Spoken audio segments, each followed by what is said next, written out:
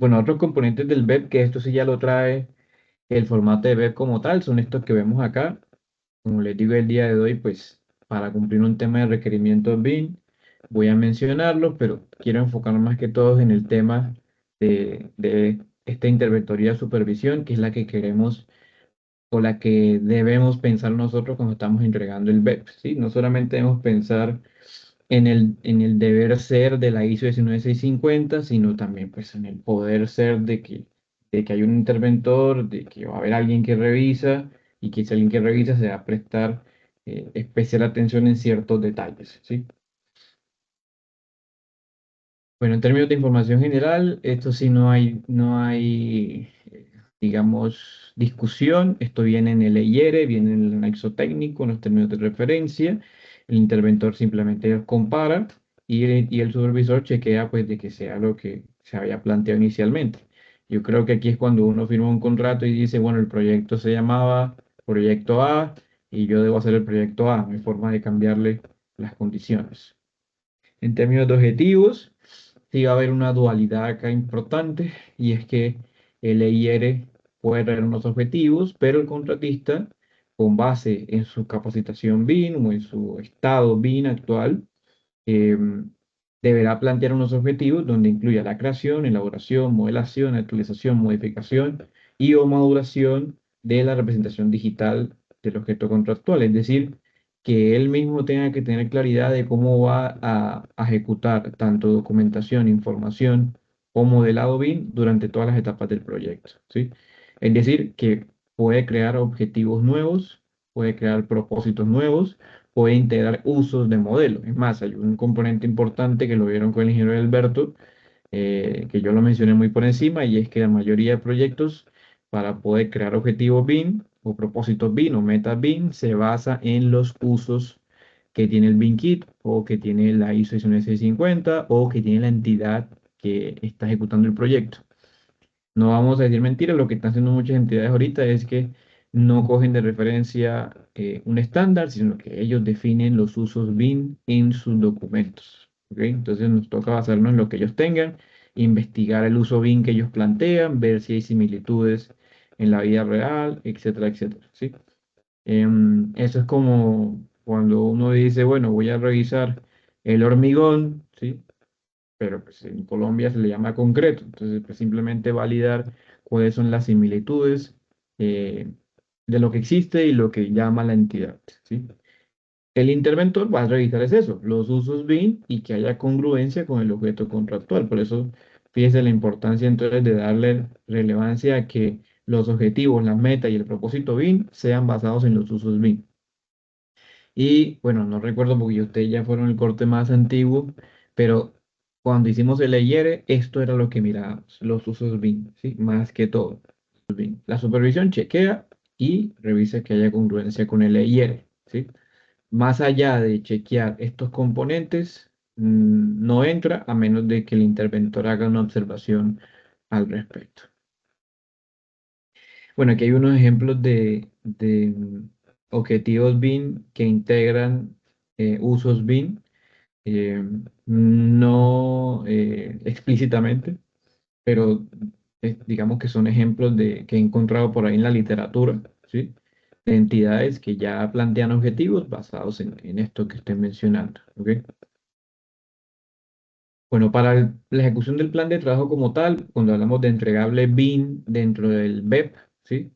Es importante que el contratista entonces use el flujo de información del EIR o eh, tenga claridad de cómo trabajar con flujos de información dentro del proyecto y se encargue de ejecutar el BEP, ¿sí? Digamos que el papel principal del contratista seleccionado es hacer el BEP de primero, ¿sí? Obviamente en ese paso está revisando la información. El interventor lo que hará pues es chequear que el BEP se adopte a los anexos técnicos, especificaciones, estudios previos y hasta el EIR, ¿cierto? Eso esperará al interventor, lo que quiere decir que debe cumplir las mismas funciones que hablábamos ahorita. O sea, el interventor se va a volver un ejecutor en segundo plano que va a estar revisando. Por eso lo importante es que el interventor tenga la misma experiencia que el contratista, ¿cierto? Y yo no soy político ni estoy en las altas esferas de este tipo de planteamientos, pero si usted va a un posgrado de interventoría, que espero que lo hagan en algún momento de sus vidas porque parece bastante interesante, la interventoría habla sobre la importancia de tener conocimiento en la ejecución, ¿sí? Entonces, pues él debe tener conocimiento de esto que está acá. Y bueno, la supervisión define el flujo de información basado en el EIR, es decir, revisa lo que tiene el EIR y simplemente hace chequeo de que todo se encuentre directamente en el plan de ejecución. Bueno, en términos de responsabilidades, nosotros mencionamos un poco sobre que hay que definir funciones y responsabilidades de los participantes del proyecto. Hemos hablado solamente de cuatro roles principales, nos enfocamos en dos, ¿sí? Modelación y coordinación, o modelador y coordinador, pero también está el BIM Manager, los especialistas y bueno, hay otros tipos de roles que ustedes ya mencionaron también en obra, ¿sí? Con el ingeniero Alberto. Yo creo que aquí simplemente vamos a hacer una recopilación de lo que han hecho hasta ahora y el contratista va a garantizar que pues, hay el personal para modificar el modelo y contribuir documentalmente al proceso, ¿sí? Aquí sí está un poco abierto en este caso. No debería ser así, en la vida real debería haber una clara definición de los roles, pero pues digamos que gracias a lo que hicieron en el módulo anterior, pueden integrar al BEP eso que hicieron allá. ¿Listo? O sea, no debe ser una camisa de fuerzas lo que tiene el EIR del primer semestre, ¿vale? Que ya hicieron algo más y lo pueden integrar. ¿Qué debe garantizar el ejecutor? Pues que haya acceso amplio a la información de estas responsabilidades, de estos roles, de estas funciones. Que bueno, la forma de hacerlo lo tendrá que definir él. Yo pienso en este caso eh, que la persona o el rol que esté designado, más bien el rol que esté designado, debe tener claridad sobre sus funciones, como ya lo vieron con el ingeniero Alberto. El interventor al realizar la revisión y el supervisor pues tendrá en cuenta en el documento final o en lo publicado que la responsabilidad principal sea fácil de verificar. En términos de entregables del proyecto, el contratista en el BEP, pues digamos que esa es una de las funciones principales del BEP, definir la matriz de entregables del proyecto, ¿sí? Y confirmar lo que el EIR les pide, ¿sí? De pronto a muchos de nosotros cuando hicimos el EIR se nos olvidó que hay que construir, ¿no? Y en construcción puede haber entregables adicionales que de pronto nosotros se nos olvide porque estamos concentrados en el diseño y en el modelado BIM, ¿sí? Em, pero pues digamos que debe ir también de la mano de nuestra parte como interventores, pensar, ¿sí? O ejecutores BIM, pensar en qué documentos también deben estar en la fase de construcción. Y bueno, por eso aquí hago la separación de que el interventor revisa usos BIM, ¿sí? Y también revisa propuestas de nuevos usos, ¿sí? Es común que sea, digamos, este componente acá importante de chequear. Bueno, aquí encontré una tablita muy clásica en términos de matriz de actividades, ¿sí? Y de usos BIM. Entonces, pues se plantea el uso BIM a un lado y las actividades o entregables en cada fase, ¿sí? Y fíjense que hay hasta fases de operación. O sea, en operación también hay documentación que se debe mencionar en el BEP que debe ir integrada al proyecto, ¿ok? Entonces aquí es como abrir un poco nuestras mentes, ¡puf! Hacia la obra, hacia yo sé que de pronto no todos hemos estado en obra, pero pues hay que pensar un poco, bueno, ¿qué necesito yo que debe haber en obra que debo integrar a mi plan de trabajo? ¿Sí? El contratista debe seguir el estándar EIR. Cuando se habla de estándares, ya el EIR va a tener su propio estándar, ¿sí? La clasificación, nivel de información, tipo de producción de información, el CD definido, bueno, todo esto va a estar basado en un estándar, ¿ok? La segregación del proyecto, etcétera, etcétera. Y simplemente pues el contratista se va a ajustar a él, obviamente haciendo su propia propuesta en algunos casos, ¿sí? Y el interventor pues va a reconocer los componentes de ese estándar y que el supervisor luego aprobará en la carpeta de publish, ¿sí? Creo que aquí no hay discusión porque eso es algo que casi que algunos de ustedes, me acuerdo del primer semestre, hablaba mucho de la ISO 19650 como la base principal, pero no es la única, hay muchas ISO que tendremos que tomar de cuenta el estándar, ¿no? Entonces, en un BEP, una tabla de desarrollo estándar incluirá, eh, pues obviamente, las normas ISO o las normas referentes que tendremos que tener en cuenta para cada una de las etapas del proyecto, ¿sí? Entonces, bueno, aquí no vamos a entrar en detalles de eso. Yo creo que esa no es nuestra labor, sabernos cuáles son todos los estándares que podemos aplicar, pero pues haga una propuesta, ¿sí? Cuando les toca hacerlo en términos del BEP, ¿sí? Tampoco le hemos metido mucho cabeza al tema de sistemas de clasificación, justamente porque el BinKit, digamos que nos abre las posibilidades a los elementos de modelado.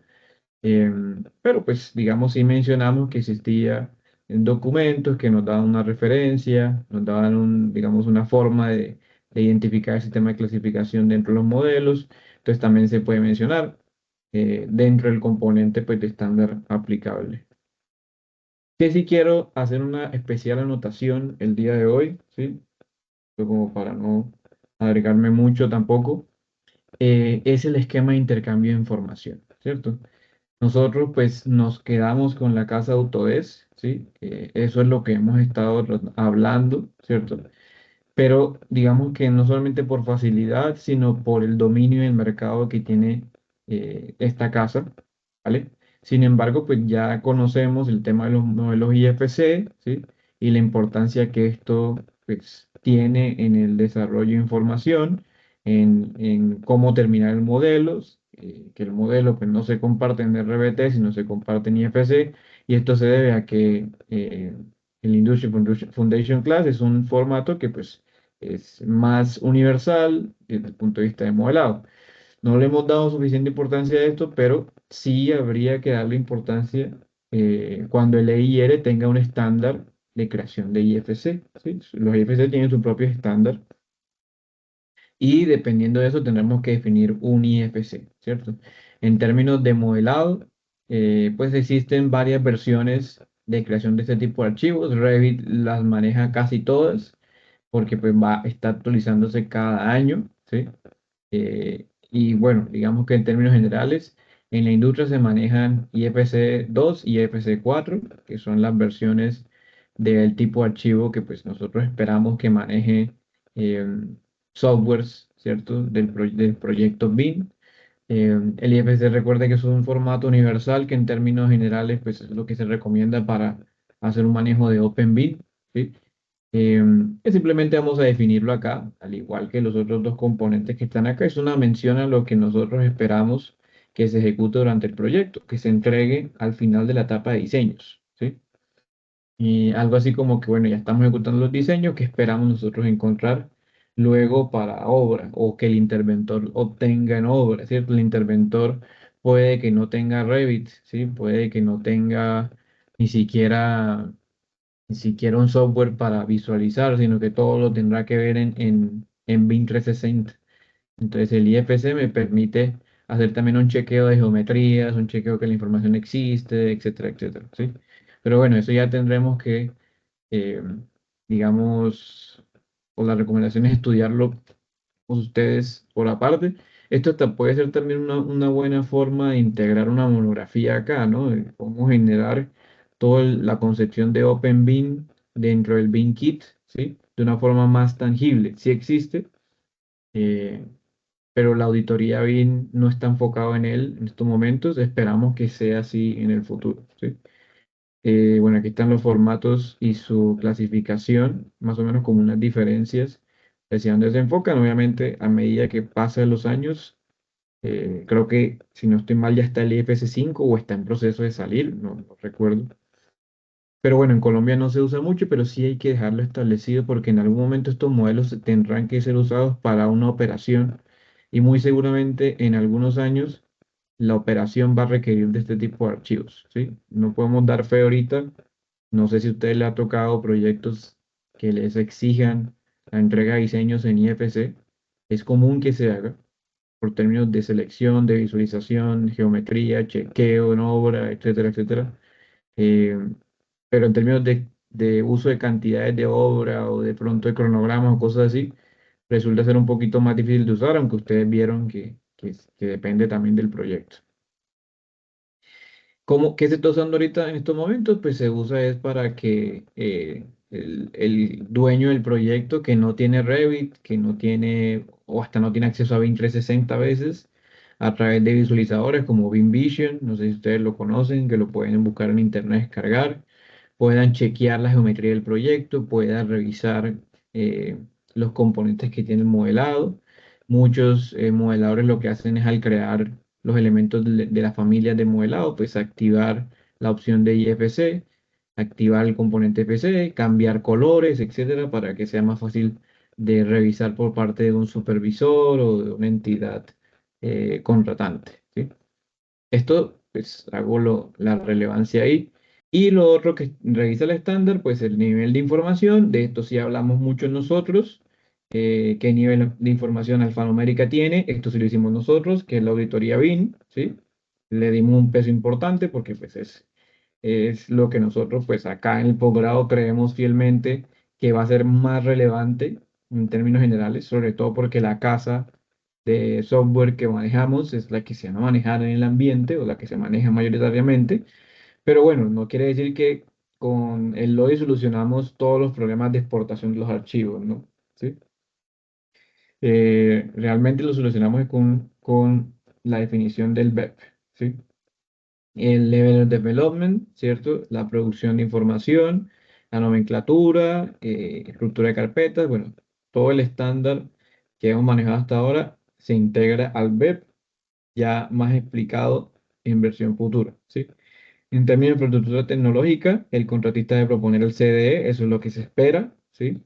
Y el interventor tendrá acceso a la carpeta Share y Publish, como ya había mencionado. El supervisor se adhiere a esta revisión de esas carpetas, ¿sí?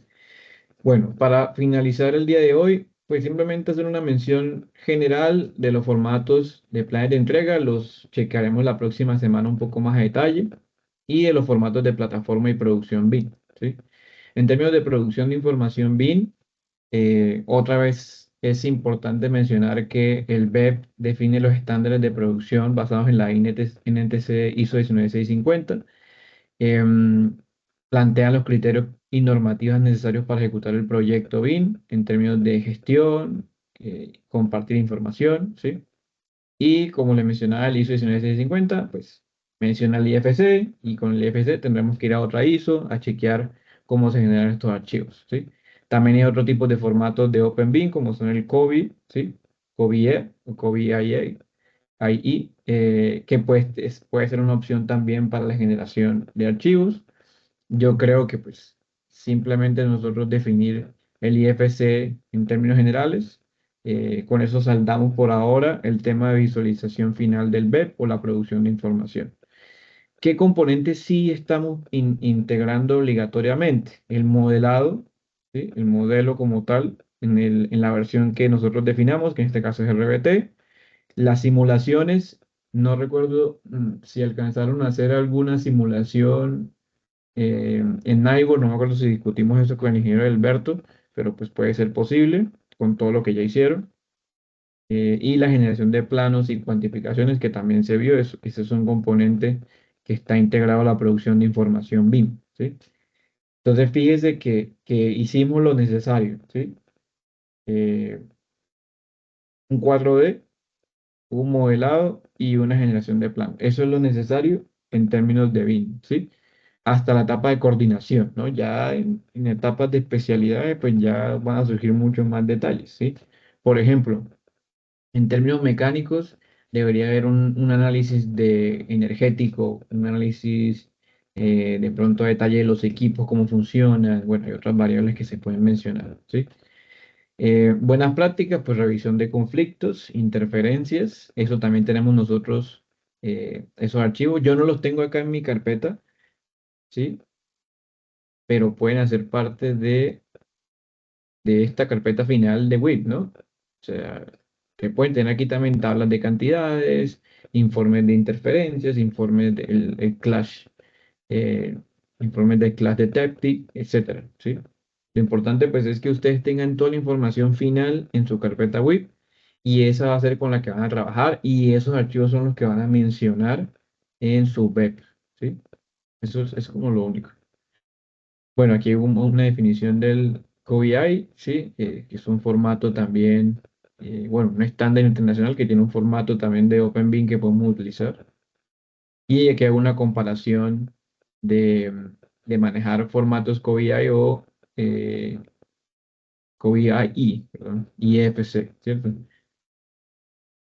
También el BEP en la producción de información genera indicaciones sobre almacenamiento, el control de versiones y la gestión de documentación. Y digamos que esto también ya lo mencionamos anteriormente, no lo voy a hablar en este módulo, pero ya sabemos que 2360 controla el tema de versiones muy bien y cómo se generan las incidencias. Estos dos componentes están chequeados y ya dividimos las carpetas en primer y segundo semestre, o sea que tenemos el almacenamiento definido.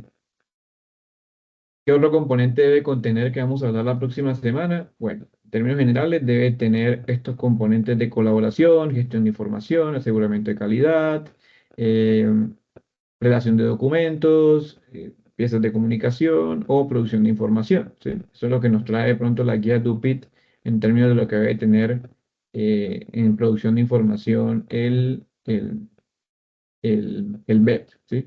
En términos del BINKIT, prácticamente lo mismo, gestión de información, carpetas, nomenclatura, términos gestión de información, seguridad, confidencialidad, colaboración. Esto lo vamos a hablar un poquito más la próxima semana, porque si lo necesitamos definir en este módulo. Reuniones de proyecto, flujo, gestión de información, transición de información, plazo de cumplimiento, procesos de revisión, de recibo, perdón, estrategia de control y aseguramiento de calidad. Calidad de datos BIN, indicadores de cumplimiento y estrategias de detección de interferencia. Fíjense que todo esto hay una mención durante, o lo hemos mencionado anteriormente, pero ahorita hay que integrarlo al BEP. ¿Ok? Y se incluye también la revisión de capacidad y competencia BIM en el BEP, es decir, el contratista debe describir cuáles son sus referentes en términos de ciertas variables de el estándar, por ejemplo, la ISO 19650. Por ejemplo, cuál es su nivel de capacitación con respecto a la entrega de activos, su nivel de capacitación con respecto a la operación de activos, su nivel de capacitación con respecto al intercambio de información, a la gestión de seguridad, a la clasificación y terminología BIM, ¿sí? Se puede hacer una mención de todos esos componentes y si hay un referente o si hay una opción de capacitación en el futuro, ¿sí? Es decir, se puede llenar el CSA y de una vez se van llenando estos requisitos, ¿sí? Si el contratista o no conoce el estándar, que en este caso es la ISO 19650, ¿sí? También hay otros estándares a chequear, como son términos de gestión de calidad, gestión de integración de los proyectos, ¿cierto? Le mencionaba el de la ISO, el del IFC, que es el 16739, ¿sí? Donde nos explican un poco qué componentes debe tener o qué requerimientos debe tener el modelo final de IFC. Todos estos componentes deben ser incluidos en el CSA, que es la evaluación de capacidad. Si no lo hicimos en el layer, pues el contratista, creería yo que debería estar en la capacidad de mencionarlo o de adicionarlo. Y en términos de plataforma de trabajo, bueno, ya también mencionamos esto en el módulo anterior, pero el BEP también lo trae a alusión, lo debemos mencionar, ¿ok? Y resulta importante, pues, hablar de que, bueno, no es la única, pues siempre está claro que no estamos aportando una exclusividad a la plataforma, es simplemente, pues, lo que más hemos manejado nosotros, no solamente como profesores, sino como profesionales en el área. Entonces hay varias plataformas de CDE que existen, ¿sí? Una que me llamó mucho la atención, bueno, dos que me llamaron la atención y que he estado chequeando estos meses que no hemos hablado mucho nosotros es el M2 y el BCDE. Me parece que son plataformas también que tienen sus variables interesantes. Entonces no se cierren solo a BIM 360 o Autodesk Construction Cloud. Hay muchas que pueden ser integradas al entorno de trabajo y que permiten ver modelos RBT, ¿sí? Que permiten ver modelos NWF, NWC, ¿sí? Entonces, pues, digamos que ya está abierto esto y el BEP debe mencionarlo, ¿no? Bueno, en la universidad donde yo trabajaba, el Trimble Connect es, mejor dicho, la machera. famosísimo. Pero la mayoría de gente maneja el Trimble Connect, pero no ha modelado nunca en Revit, por ejemplo, ¿sí? Y aún así puede visualizar los modelos, ¿sí? Chequear cómo va el avance de la obra solamente en Trimble Connect, ¿sí? Les creía yo que la plataforma de trabajo es importante manejarla para cualquier rol dentro de la organización, ¿sí? Apúntenla por ahí, chequenla, porque eso se va a volver importante. El BEP entonces en esta parte menciona la herramienta de intercambio, que es lo que mencionaba, los requerimientos del software, hardware, rendimiento del sistema y seguridad. La relación del BEP incluye entonces el pliego de reglas, los términos de referencia, los anexos técnicos y toda la información que se ha recopilado hasta ahora, ¿sí? Si yo tuviera que organizar para un contratista, ¿sí? La prelación de documentos, yo diría que el BEP va en la parte superior, porque el BEP resume todo lo anterior. Eh, bueno, finalmente, la integración de Layer Beam. Bueno, Edilma, ¿quedamos bien? No sé si ahí respondimos la pregunta. ¿Sí? Sí, profe. Esa es la- Muchas gracias. Listo. ¿Cómo van los demás? Manito arriba, a ver, ya estamos terminando, ya para que vayan preparando las preguntas finales. Listo. Bueno, el EIR entonces definía estos mismos componentes que el BEP va nuevamente a tratar. Aquí hago como un resumen final de lo que debe integrar el BEP. Más bien podría ser como integración del EIR con el BEP, solo que la ejecución se entiende como el BEP. Y hay dos componentes importantes, ¿no? ¿Cierto? Por ejemplo, en términos de definición, tiempos, plazos, ¿cierto? Hay que actualizarlos, hay que definirlos. Nos plantea herramientas de seguimiento de cronograma y presupuesto. No lo vamos a mencionar acá, digamos, por encima, pero pues su labor ahora de pasar de modelador y coordinador BIM a ser un BIM manager es tener claro cuáles son estas herramientas, ¿sí? Ese sería el objetivo, ¿no? Y en términos de beneficios, pues que si yo integro el EIR con el BEP, hay menos retrabajos, mejora la toma de decisiones porque pues vamos a tener los mismos documentos en sí y nos alineamos con la expectativa y ejecución. Por eso les digo que si el BEP se vuelve muy robusto, hay que dividirlo en capítulos para que integre el EIR. Imagínense, ustedes acuérdense de su EIR, ¿no? Su EIR tenía 100 páginas, por ejemplo, 30 capítulos. Pues el BEP va a tener 50 capítulos, 300 páginas, ¿sí? Eso es lo normal. ¿Por qué? Porque integra muchas más variables, no solamente las de Layer, sino variables que ya mencionamos ahorita, ¿sí? Entonces la información anterior es lo mínimo que Layer debe especificar en su BEP, ¿sí? Es lo que esperamos nosotros, es lo que el ciclo de vida nos requiere, ¿sí? Y esto nos ayuda a complementar un poco más el gráfico que les mostré al inicio, ¿sí? Por ejemplo, ¿qué nos complementa? Los procesos de interventoría, ¿sí? Se supone que en el BEP debemos dejar claridad sobre qué procesos de interventoría queremos chequear o queremos revisar. Entonces, por eso la actividad número uno, aunque es hacer un BEP, ¿sí? Se va a evaluar principalmente es en la presentación, ¿sí? O sea, ustedes van a hacer una presentación de su BEP, pero es una presentación de interventoría. Usted como interventor, como le digo ahorita, no chequea o bueno, chequea todo, pero no se concentra en chequear cosas específicas. Eh, Prácticamente que al hacer revisión de algo ya usted sabe qué detectar, mejor dicho, ¿sí? Y esa detección es la que queremos ver en su parte. Bueno, ¿qué haría primero revisar? ¿Cómo lo revisaría? Etcétera, etcétera, ¿sí? Ese es un proceso que debemos tener claridad. Y además nos ayuda a mejorar todo el tema de toma de decisiones y documentación y comunicación, ¿sí? Pues obviamente si estamos haciendo el BEP, de una vez estamos actualizando los modelos o revisando los modelos, entonces también nos ayuda a la etapa de modelado. Estos son los cuatro componentes, las cuatro ventajas importantes de hacer un BEP, ¿sí? Mejoramos estas cuatro variables que están acá. Obviamente, pues nos estamos capacitando. Al aprender sobre cómo hacer un BEP, al mismo tiempo estamos entendiendo el proceso de construcción, al igual que entendiendo el proceso de modelado, que creo que está más claro para ustedes en estos momentos, ¿no?